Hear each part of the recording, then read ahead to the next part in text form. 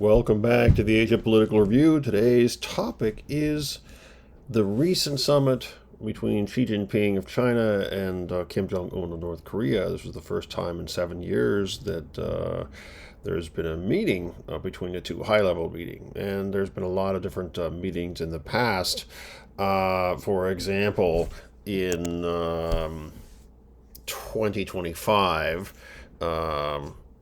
Kim traveled to Beijing, and he was greeted with great pomp and circumstance, and he was greeted at the Great Hall of the People, and this was the first time that they had met in more than 6 years.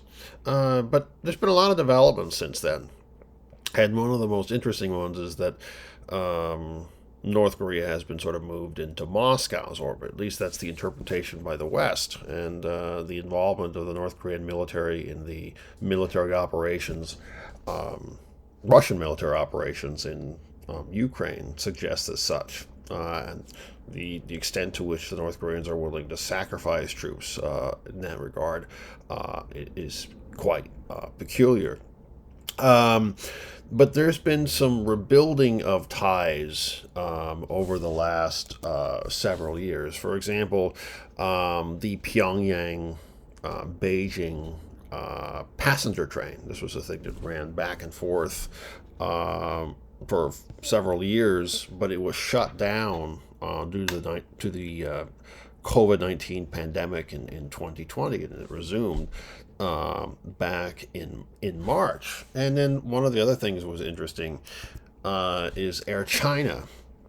It resumed its direct flights between Beijing and Pyongyang. And this is a move to try to stimulate tourism in Pyongyang. And there's a interesting thing here that the North Koreans had opened up a beach resort in one of the eastern cities, and this was something that Kim Jong Un was very proud about, and he was talking to the ruling Workers' Party. This is going to promote the North Korean tourism sector, and this is a gift by the Chinese to try to resume Chinese tourism into North Korea. But the big thing here is why the visit? Why now? Well, this is a visit that coincides with I believe it's the 65th anniversary of this Treaty of Friendship, Cooperation, and Mutual Assistance that was signed between the two countries in 1961. That's a very interesting thing because there's a mutual defense pact. If one of the two is attacked, they come to each other's aid. So there's a degree of history and political timing here. But the meeting itself had some aims for both countries. For Kim Jong Un and North Korea, this elevates his political stature. Not that, nobody's heard of the guy, but still, it elevates his political stature and perhaps his internal legitimacy. It's a chance, or was a chance, for Kim Jong Un to press for economic concessions from China, and of course to seek that recognition, that tacit recognition of North Korea's nuclear status, which is still a very, very sensitive issue.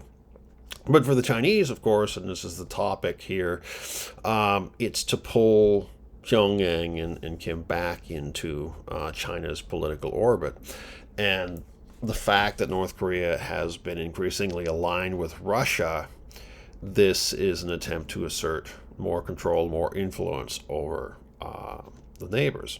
So the outcomes are interesting, and this is a topic of some reflection, and they're not surprising.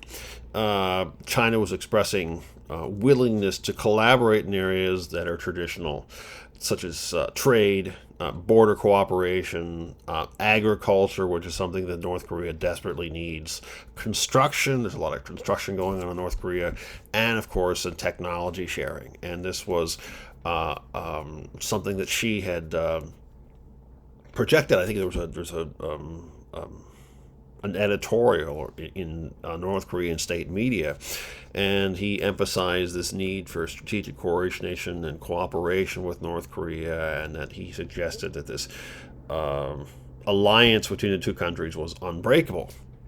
But one of the outcomes I thought was quite interesting is that there was very little or no mention of denuclearization. That's a sensitive topic, because this is something that the United States, and this is a talking point from White House, the White House recently, saying that after the summit between Xi and President Trump in Beijing, that Trump and him had shared this mutual goal to denuclearize North Korea. And that, of course, sent some alarm bells off on the North Korean side. So the topic of denuclearization was avoided, as well as North Korea's relations with the United States. So maybe this is a reassurance for the North Koreans that hey, the status quo is overall unaffected.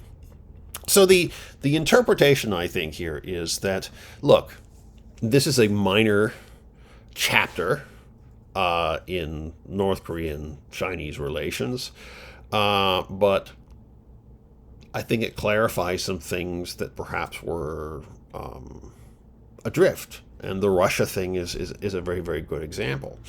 But clearly this is an effort by Beijing to ease worries, internal worries, to rebuild and strengthen ties with the North Koreans, to demonstrate to Kim Jong Un and the ruling Workers' Party that the alliance, again, is unbreakable. But again, to reinforce that China's role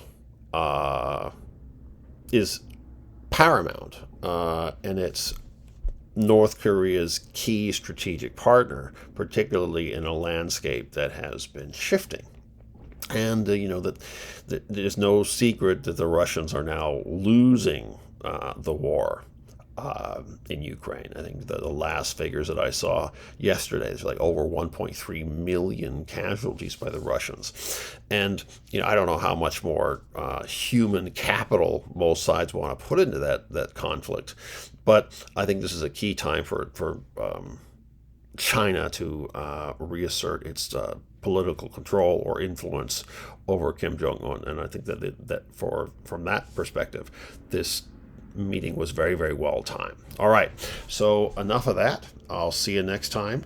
Don't forget, as always, to like and subscribe.